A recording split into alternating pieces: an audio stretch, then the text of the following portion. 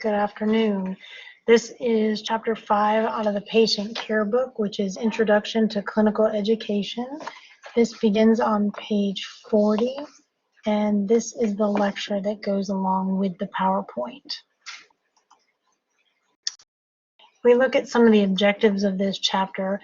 They let us know that basically you want to be able to define terms that relate to the clinical education in the medical imaging radiologic science profession. You want to be able to explain the purpose of the clinical education in medical imaging. You want to describe the steps that students can experience in the development of their clinical education skills and identify the types of supervision that are necessary to assure patient safety and student safety in the clinical setting.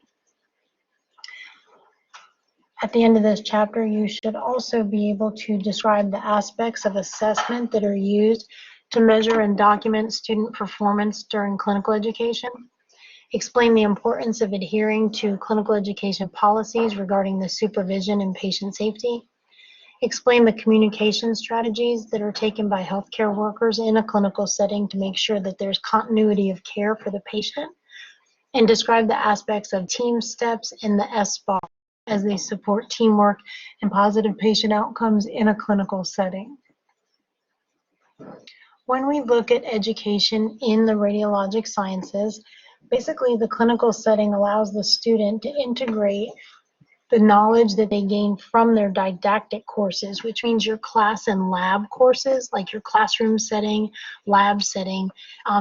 This clinical setting allows you to take that knowledge that you gained in the didactic classroom and incorporate it into clinical practice while caring for real patients. So in the classroom and in the lab, we tend to talk about things, you learn about things. In the lab, you kind of play things out and see how things would work.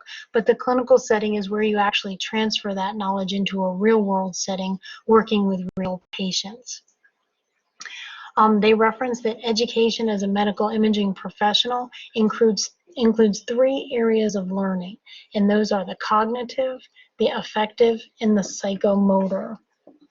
Those are the 3 categories of learning, or the 3 domains of learning. So you've got cognitive, the affective, and the psychomotor.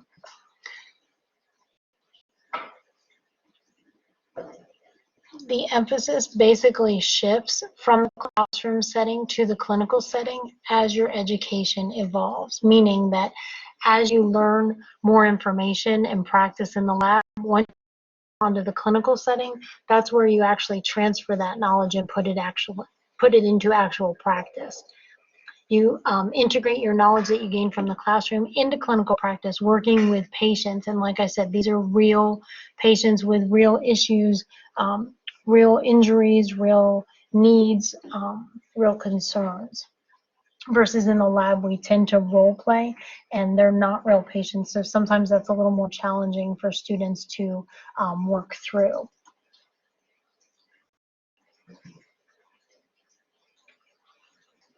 The purpose of clinical education is to give an environment in which the student can transfer their learning from the didactic setting to a real-world patient care experience. It does require that you have learned something in the classroom and in the lab setting in order to transfer that knowledge. So didactic courses are important. That's why typically we have 4 didactic courses, also with labs, and then you transition into the clinical setting. So you take that knowledge that you learn in the classroom and actually transfer that at some point. Clinical setting also allows a one-on-one direct patient contact. You tend to work one-on-one with a clinical instructor and the clinical staff, doctors, nurses, radiologic technologists, and you work with a patient, so you have direct patient contact so that everything you talk about and work through, you're actually working through with real people, hearing their feedback and understanding why we do the things that we do. If we look at this, this chart or this graph, this is on page 41, and they reference that as your education proceeds, it necessarily shifts from didactic instruction to more clinical education in different clinical settings. We have multiple clinical settings, not only hospitals that you can go to, but you can go to outpatient centers, orthopedic centers, excuse me, inpatient facilities, outpatient facilities. We have all different kinds of areas that we work in. You can see by this graph that you've got didactic instruction that makes up a good portion of your learning in the classroom and in the lab. And then you've got the learning lab, which would be like when we're in positioning and you go in the lab and actually practice. And then clinical instruction is also a large component. If you look at our particular program, there are 10 months of either class or lab settings, and you have 6 months of clinical education. So 10 months makes up this portion, and 6 months is in this portion right here. When we look at the learning, we said that there are 3 domains or 3 categories of learning. We have the cognitive, the psychomotor, and the affective. And if we look at that, then the cognitive domain deals with concepts, the information, and the knowledge. This requires different levels of thought and understanding and reason and judgment. When we look at the affective domain, that includes, it says values and attitudes, emotions and feelings. So this is behaviors that are guided by your feelings and emotions that are influenced by an individual's interests, their attitude, their values, and their beliefs. And then we have also the psychomotor domain, which deals with connection between the cognitive learning and your motor skills. This involves physical actions, neuromuscular manipulations, and coordination. So your learning is divided into those 3 categories. The concepts, the information, and the knowledge. You also deal with the value, the attitude, and your emotion and your feelings. And then you also have the motor skills, the physical portion of your learning. So those are the 3 domains or categories of learning, and those are found on page 40 and 41.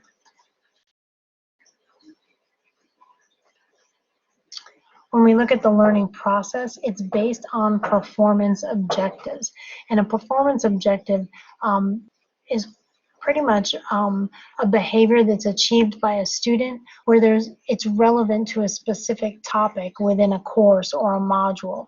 If you think about it, the performance objectives, we have objectives at the beginning of this chapter. You have objectives in the syllabus that say at the end of the course. So pretty much the objectives at the beginning of the chapter tell you that once you complete this chapter, you should be able to do A, B, and C. So a learning objective or a performance objective is something that that you should be able to complete or to perform by the time you get done learning something. And we do have those kind of objectives out on clinicals. It says that learning is observed and measured by way of competencies, and a competency is an observable successful achievement of a performance objective. So competencies are what you do in the lab setting and out on clinical settings. You have a certain number of competencies that the ARRT says that you're responsible to complete. The clinical instructors out on site actually watch you do these exams. You're pretty much responsible for the time you get the patient until the time the exam is completed and you let the patient leave. That entire time you are performing that exam, and a competent radiographer is evaluating how you do and if you do it successfully. Once you complete a competency, then that is documented in your student file and at the end to prove to the ARRT that you are eligible to sit for the registry. So we have a certain number of competencies that have to be performed. And these are your learning outcomes. These are assessed at the programmatic level, and they're measurable expectations for a student that is learning. They make up part of our assessment plan, and then we use that to document how effective the program is. So we have performance objectives. In our field, we use those way of competencies, and then we use those competencies in the program to prove our learning objectives, our learning outcomes, and we use that for things like our accreditation. They reference that you treat your clinical competencies as an individual step in a staircase to the top of your success. So the top of the staircase would be passing the registry, and then your clinical competencies are steps. So you would start at the bottom, meaning on your first clinical, you have more simple exams, fewer of the exams to complete as competencies, and then as you into second and third rotation of clinical competencies, they get a little more challenging, a little more involved as far as we bring in trauma and portable exams, so that by the end of the program, you are able not only to sit for the registry, but to be able to work competently out in the field alongside other technologists. At the competencies, on this next slide, they reference that the ARRT, like I said, has established a minimum number of clinical competencies in different exam categories. So not only do they tell you how many you have to complete, but they tell you what categories they have to be in. That is all given to you when you are getting ready to go out on clinical. It is all in your clinical manual that documents how many competencies have to be completed for first rotation, second rotation, and how many are needed for the end of the program. They're also broken down into mandatory and elective competencies. It says that a clinical competence must be performed independently, consistently, and effectively. Meaning, if you want to comp a patient and you begin an exam and you realize that you need help with that patient, that you're not able to do it on your own, or you're not able to do it effectively, then at that point the competency would be over, because once you bring someone else in to help, it is no longer you able to comp that exam. Now, does anything happen if you don't successfully pass a competency? No. We don't keep track of that. We don't. I mean, basically, you try to comp. If you comp and you're successful, that's great. If you comp and you're not successful, we don't hold that against you. We want you to practice. We want you to be proficient at these, so nothing is held against you if you are not successful in completing a competency. We will talk further about the fact that student supervision has to be either direct or indirect. There is no other way around that. Until you actually graduate, you should be performing under direct or indirect supervision. You should never be performing exams completely on your own without a technologist minimally within earshot, meaning you should not be up in the OR by yourself, you should not be in the ER by yourself, you should not be down in a patient's room with all the techs in the department by yourself. You should be with someone, or that person within earshot, and that person, meaning a competent, qualified practitioner, a technologist, has to be minimally within the distance where if you said you need help, they would come and help you. The eligibility for the ARRT credentialing exam requires that all clinical skills and competencies are completed and documented by program officials, meaning we keep track of all your competencies, we actually keep the originals, and when they come for accreditation, recertification, they have the ability to look at those competencies, and we also have to use that to prove to the ARRT for us to sign off on your eligibility to sit for the registry exam. So very, very rigorous process, very documented process, very necessary in order for you to be able to sit for your national registry program. If we look at the competencies in our field, they're in two general categories. There are procedures and there are general patient care categories. When we look at the procedures, that would be specific exams like a chest exam, an abdomen, a lumbar spine, a thoracic spine, a skull, facial bones. Those are all procedures. The general patient care competencies mean that you're able to care for a patient, that you're able to push a stretcher with an oxygen tank successfully. that you're able to care for a trauma patient and know what to do and how to handle that, that you're able to do a portable exam when the patient's not able to come to you. Those are some of the general patient that we have. I believe there are 6 in total, but again, they go over all of that with you before you go out on to clinical exams.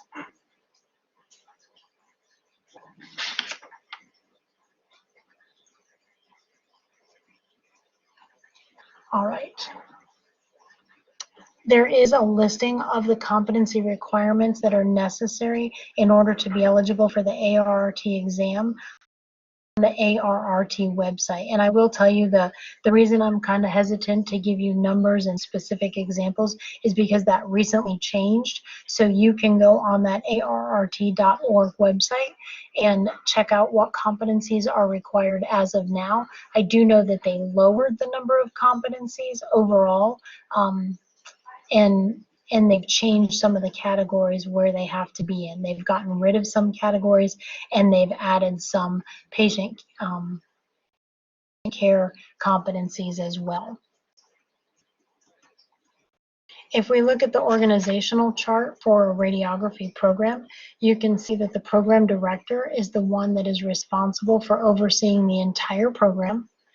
Underneath that fall didactic faculty and the clinical coordinator. So the didactic faculty is anyone that teaches in a class or a lab setting.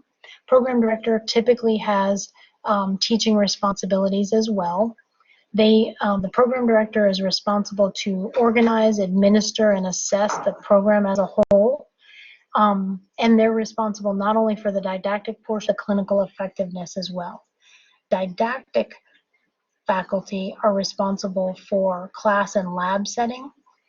The clinical coordinator works closely with the program director to make sure that the program's effectiveness is through a regular schedule of coordination, instruction, and evaluation. The clinical coordinator is responsible for you while you're out on clinicals, and they're kind of the middle person between the program and the actual clinicals. So the program director would be Dr. Wyatt. Didactic faculty would be myself and Mrs. Ray, and our clinical coordinator is Mrs. Stevenson. Then out on site, we have clinical faculty and clinical staff. Clinical staff are the employees of the institution that provide student supervision and guidance. And then clinical faculty would be like our CIs, our clinical instructors. And then students, you would report not only to clinicals, but notice that you also have didactic faculty that you are involved with. You're definitely involved with the clinical coordinator, and you could be directly involved with the program director, being as that you're in the program. So students interact with all of these people throughout the course of the entire radiologic program.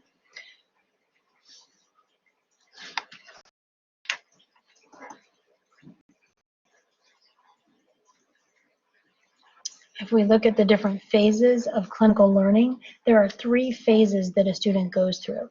First would be observation, next would be assistance, and then the performance phase. And notice it says it's important to understand the distinction between direct and indirect supervision and the application to your clinical learning, which we'll talk about in just a minute. But these 3 phases, observation, assistance, and performance, the interesting thing about that is nobody can tell you how long you need to spend in each particular phase. It kind of depends on the kind of person you are. Some people they'll go out on clinical day 1, they'll watch things, they'll jump in and help where they can, and they'll want to perform something before the end of their first clinical day. Those people are kind of like a sink or swim kind of person. Like they jump in, they just go for it, and if they don't get it, well, then they'll try again. Then you have other people that are more like your wallflowers that kind of hang around and observe for a really long period of time. Then they don't really want to assist because they feel they don't want to get in the way, and they don't get to performing at all. It typically takes the technologist to push the student into the assistance and performance phase. I can tell you most clinical sites don't like to have to do that. They don't mind that you observe. I would tell you that realistically, observing for the first day there's nothing wrong with that. Watching where they go to get patients, how they get there, what they do on the computer, how they move the portable, how they set the machine, the steps that are taken, that is absolutely acceptable to observe the technologist that you work with. But there might be times where you can observe and assist. If you know they're coming to get an image receptor, you could get it and hand it to them. If you know they intend to get the patient a blanket, you could go get the patient's blanket. If they need a wheelchair for the patient and they don't have one, you could go get the wheelchair. You can observe and assist the very first day. There's no reason that that can't take place. The performance phase, though, is something that usually takes a little bit longer. So if we go through them, the observation phase is the initial phase. Typically, you're watching, you're taking everything in, you're trying to come up with your own plan of how you would go about working or helping in that clinical setting. The assistance phase, typically this is where you have a little more confidence and you aid and support the medical imaging staff in performing the diagnostic procedure. Like I said, getting a blanket would be assistance, getting a receptor, setting the control panel, if you knew how to do that, would be assisting. The performance phase is the last phase of your clinical learning, and that is where you perform the entire procedure independently with appropriate supervision from the medical imaging staff. So again, there's no real exact time frame to how long you need to be in each one, but I would tell you quicker is better versus kind of hanging around. If you can observe and assist and jump in and do something the first day, that just speaks volumes about it. If you have to wait till the second or third day to perform something, there's nothing really wrong with that. A lot of times it depends on the personality of your clinical instructor. Some are going to push you to get in there and just get your feet wet and go for it. Some of you will probably, or not you, some clinical instructors will tend to keep you back and kind of hold you under their wing and let you watch and let you direct it and feel a little bit more confident. When I was a CI out there, I was more like, okay, let's go. Push you in, sink or swim, make it or not, and there we go. I don't usually let students hang and wait, because the quicker you jump in, it gets it over with. You just go for it and see what happens. We can always, I mean, like I said, they're always there to help you. They're not, which takes us into the distinction between direct and indirect supervision. This is what you have to be under either direct or indirect supervision until you graduate. There is no way around that. If you are still in the program, then you better be finding yourself under direct or indirect supervision. And if you're not, then I strongly suggest you reach out and let someone know that you're not comfortable without being supervised, because if the clinical coordinator comes out there and you're not being supervised, not only would the site be reprimanded for that, but you would as well, because you're made very well aware of the fact that you have to fall under direct or indirect supervision. The parameters of direct supervision say that a qualified radiographer must review the requisition with you, meaning look over the requisition and make sure that you understand where the patient is, what the patient's name is, what exam is being ordered, who's ordering it, what the diagnosis or the symptom is, making sure that you understand the requisition and all the parts of it.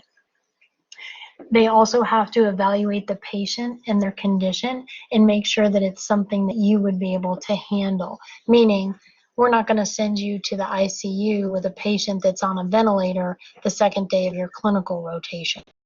We're going to evaluate the patient and their condition. Might we take you with us to go do that patient? Absolutely. But we evaluate the patient and their condition and make sure that it's acceptable for you to be able to go in and help with that particular patient. The radiographer also has to be physically present during the exam under direct supervision, meaning that if I'm the technologist and I'm with you, I am literally in the room with you. see me, you can hear me, you can motion to me, the patient can motion to me, but I am physically present during the exam in the exam room. And lastly, I also have to review and approve the procedure, meaning that you do not approve your own images. The technologist has to approve the images for you. By doing so, it means that if the radiologist has an issue with any of the images that were taken, instead of coming directly to you to explain, typically a technologist will place their initials on the image as well, and the radiologist would ask the employee or the technologist something specific about why something was done or why something wasn't done. So you will not approve your own images until you are a radiologic technologist. As long as you're a student, someone else will always approve your images. It doesn't mean you can't look at them. It doesn't can't evaluate them. You absolutely should be looking and evaluating those images. You will know what is acceptable and what is not acceptable, but you're not the one to actually pass them. Now, indirect supervision, the only thing that changes is you still have to have a qualified radiographer review the request. They still have to evaluate their patient's condition, and they still have to review and approve the procedure. The only thing that changes is that instead of them being physically in the room, they have to be immediately available during the exam. Now, what does that mean? That means that they have to be adjacent to the room or the location where the procedure is being done. They have to be in the tech area or outside the door or right around the corner. They cannot be beyond a closed door, not the exam room door, but they can't be on the other side of a closed key swipe door.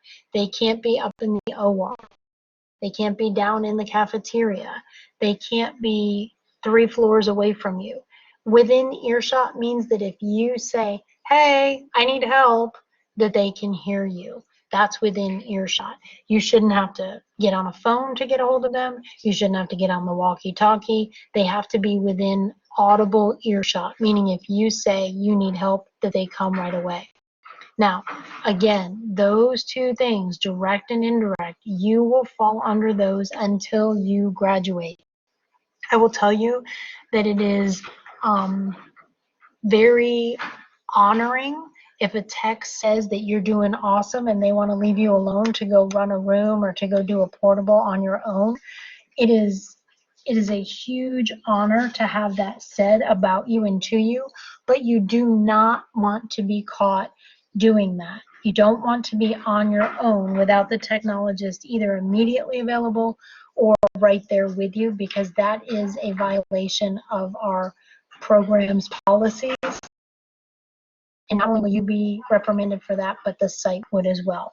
The other thing that qualifies you moving from direct to indirect is that you have to successfully perform the competency for the exam you're trying to be operating under indirect supervision.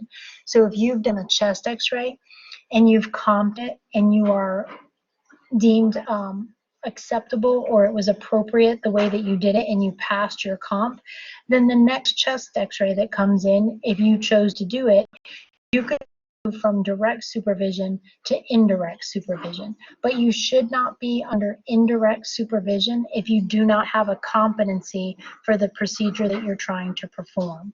Only once you've performed that procedure can you fall under indirect supervision. Some of the clinical education policies that we do have and that they outline, we just talked about supervision being either direct or indirect at all times. You have to actually at some point perform the actual exam. Simulations are when you are not able to have a real patient. Let's say that you have a competency that you haven't gotten yet because you haven't had a patient with that order and you're about to graduate. The ARRT says that you can perform a certain number of exams as a simulation, meaning that you could use someone as a patient and go through all the motions of that exam, like you're simulating the exam, but you're not actually making the exposure. You are allowed to do that. I can tell you that we've probably only had a handful of patients in the 16 years that I've been teaching that that's had to occur. Most of the time, you are able to get all your competencies while you are on your 3 rotations of clinicals on real people. That is not a problem that we have. As far as the assessments, on page 43, there are some bullet points that are listed under the clinical assessment. Some of these things that they talk about that a student should be able to do is that you should be able to assess the requisition. You should be able to prepare the room for performing the exam. You should be able to care for the needs of the patient, not just with regard to the exam, but let's have a patient that you bring in that is feeling and they tell you that they feel like they're going to vomit. You should be able to know where the emesis basin is, where washcloths are for that patient. You should be able to sit that patient up and allow them to vomit and be able to clean them up and take care of them. If the patient is cold, you should know how to get a blanket for the patient or where to get a blanket for the patient. Caring for the needs of the patient beyond just the exam itself. You should be able to communicate effectively with the patient. You should be able to perform the procedure or the treatment at a given time, not day one. At some point, you should be able to do that. You should provide radiation protection for the patient, meaning you're shielding. You should be able to manipulate the exposure factors on the control panel or on the tube, on the equipment that we use. You should be able to manipulate that. You should be able to evaluate the radiographic image or ensure that there was the appropriate treatment. Now, you can evaluate the image, but that does not say that you pass the image. When you evaluate it, you can look at it and decide, did you get all the necessary anatomy on there? Did you get all the required things that are needed for that particular exam, or does it need to be repeated? Those are things that you should be practicing, evaluating your own images, so that once you graduate, that is not a hard transition to go from somebody else passing your images to you passing your own images. You should be able to manipulate special equipment like the portables. Maybe you have a trauma room with its own piece of equipment. You should be able to manipulate that. The stretchers, the wheelchairs, the oxygen tanks, IV poles, things like that. And you should be able to appropriately discharge a patient. Now, we don't mean discharge them from the facility. We mean have the patient exit the department, whether you take them back to the waiting room, take them back to the emergency room, take them up to their room if they're an inpatient. You should be able to appropriately discharge that patient from your care. Those all fall under the assessments that you should be able to do at some point when you're out on your clinical rotation. Radiation protection practices, you should know when we can shield a patient and when we're not able to shield a patient and the difference between the two. We do have disciplinary procedures. If things are not followed, there are courses of action that we have to take, whether it's writing you up, or the most extreme would be being expelled from the program. But know that there are disciplinary procedures in place when students are not following the policies and procedures of the program. Professional ethics, we talked about that, the fact that we do have to adhere to the ASRT and the ARRT code of ethics. Both have adopted that same code. That code is found on page 339, and I've also told you that that code has been updated to where now there are 11 codes of conduct, and we will discuss that during our live meeting. The practice standards are found on page 327, and those are actually, the practice standards are basically, it's an appendix in the back of the book, Appendix A. Those are a guide for the appropriate practice as a radiologic technologist. They basically define the practice and set the general guidelines to determine if you're compliant. if you look back at there are different things for the clinical performance standards. There are the scope of practice that we operate under. There are standards that we have to abide by. It's several pages long, giving that a look at. HIPAA is something that you will hear from now until I don't even know how long, forever. HIPAA stands for Health Insurance Portability and Accountability Act. It is basically stating that the patient has a right to privacy, that you are not able to share information with those that are not able to have that information shared with. If you're discussing a patient with their doctor, meaning you're discussing an exam that you did with a patient's doctor, that's fine. If you're discussing a patient with your coworker down in the cafeteria because they gave you a really hard time, that is unacceptable. That would be a HIPAA violation. We will actually have a course that you will go through on HIPAA training, so we'll talk about that much more. But for now, I would definitely encourage you to know that the acronym stands for Health Insurance Portability and Accountability, and that was established in 1996. Professional appearance and behavior, there are standards that we have. We have a dress code that you have to adhere by, and we also have professional behavior that you have to adhere by. That is usually gone over by that is gone over with you by Dr. Wyatt. That usually happens on day one. We have attendance policies and tardiness policies. A certain number of tardies are equivalent to an absence, and you're only allowed a certain number of absences before it can affect you failing a course. And we also have a pregnancy policy. Declaring pregnancy is voluntary. It is not mandatory. It is also not something that would get you kicked out of the program. It just might make placement a little bit more challenging, and it might be you completing the program. It would definitely make that a little bit more challenging, but I'm not going to tell you that we've never had a student that has been pregnant not pass the program. They do pass the program. Sometimes it requires a little break in the program. We have to go out and then come back in. But pregnancy is not an issue. If you're looking for my recommendation, I would recommend that you don't get pregnant while you're in the program. It just makes things a lot easier. But if that was the case, it is something that we can work with and work around.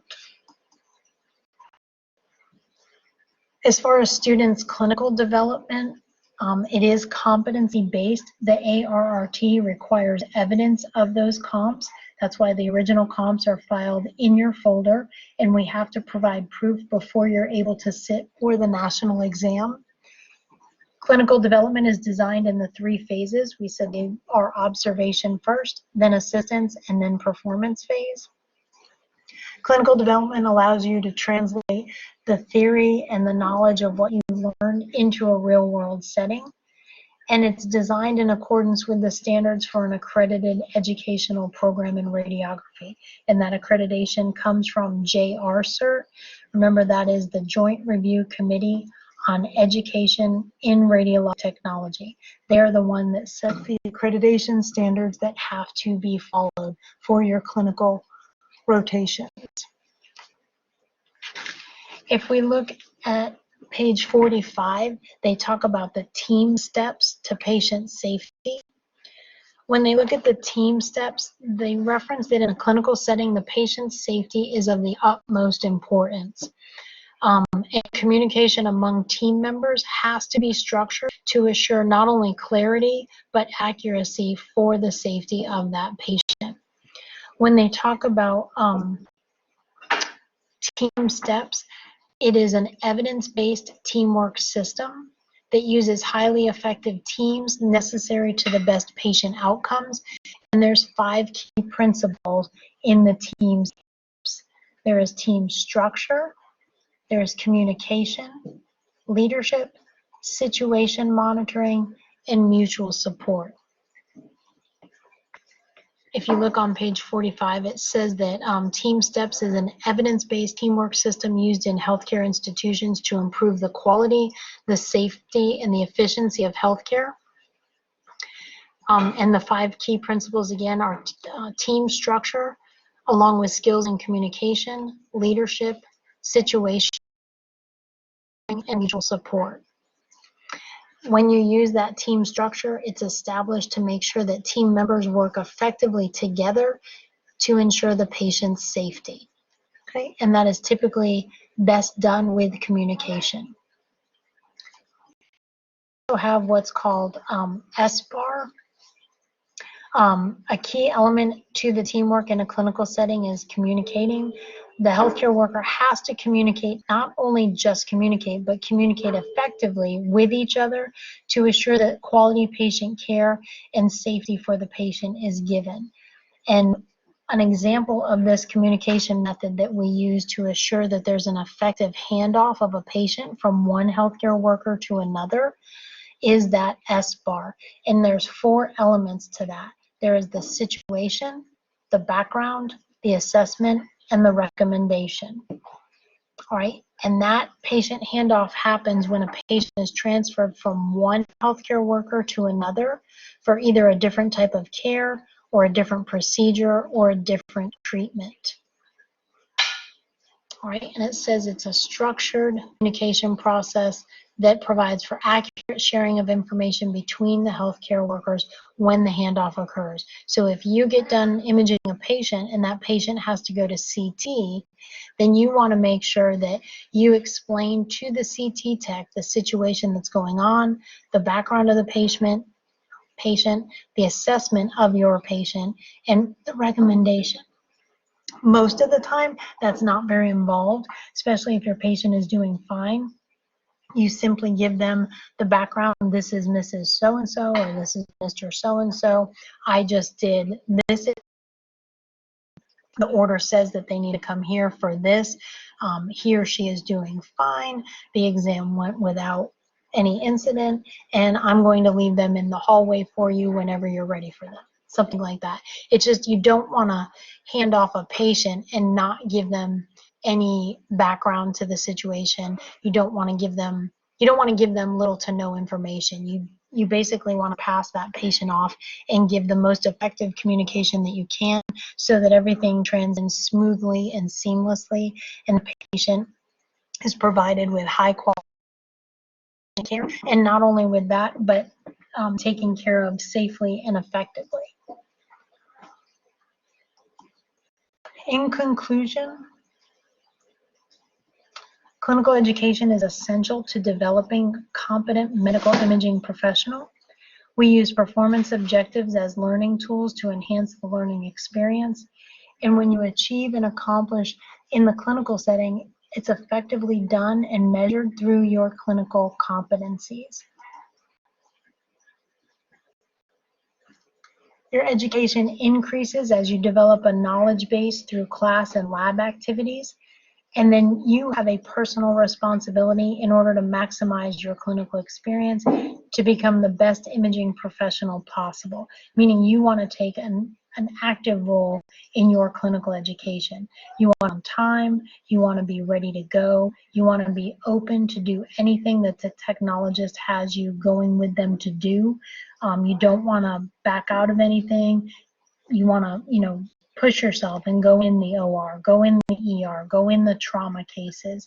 You don't want to just stick to outpatient care. Our program is designed so that you get interaction with all types of patients and that you have a very well-rounded clinical experience. And the biggest thing that is critical to your success is being a team, using teamwork and communication. And again, not only just communicating, but effective communication. And if you want to know what kind of communication skills you have, ideally, if you have a child, you can tell very quickly because children are very literal and they do exactly what you say. So if you find you're always having to repeat yourself or explain further, then you probably have to work on improving your communication skills. Otherwise, if people tend to do what you need them to do the correct way, time, then you probably have effective communication skills. And not saying if you have children that you automatically do, but children are very good at telling you that they don't understand or not being able to follow the directions effectively. Adults usually can figure it out, but you're going to be working with all types of patients from young to old, with mental competence and mental incompetence. So you want to really make sure that your communication skills are top notch. All right, and that concludes the introduction to clinical education. That is chapter 5 in the patient care book. If you have any questions, comments, or concerns, we will address those during our live meeting. I hope that you were able to follow along with this, and make sure you write down any questions or comments that you have, any concerns, and I will be happy to answer those for you when we meet next.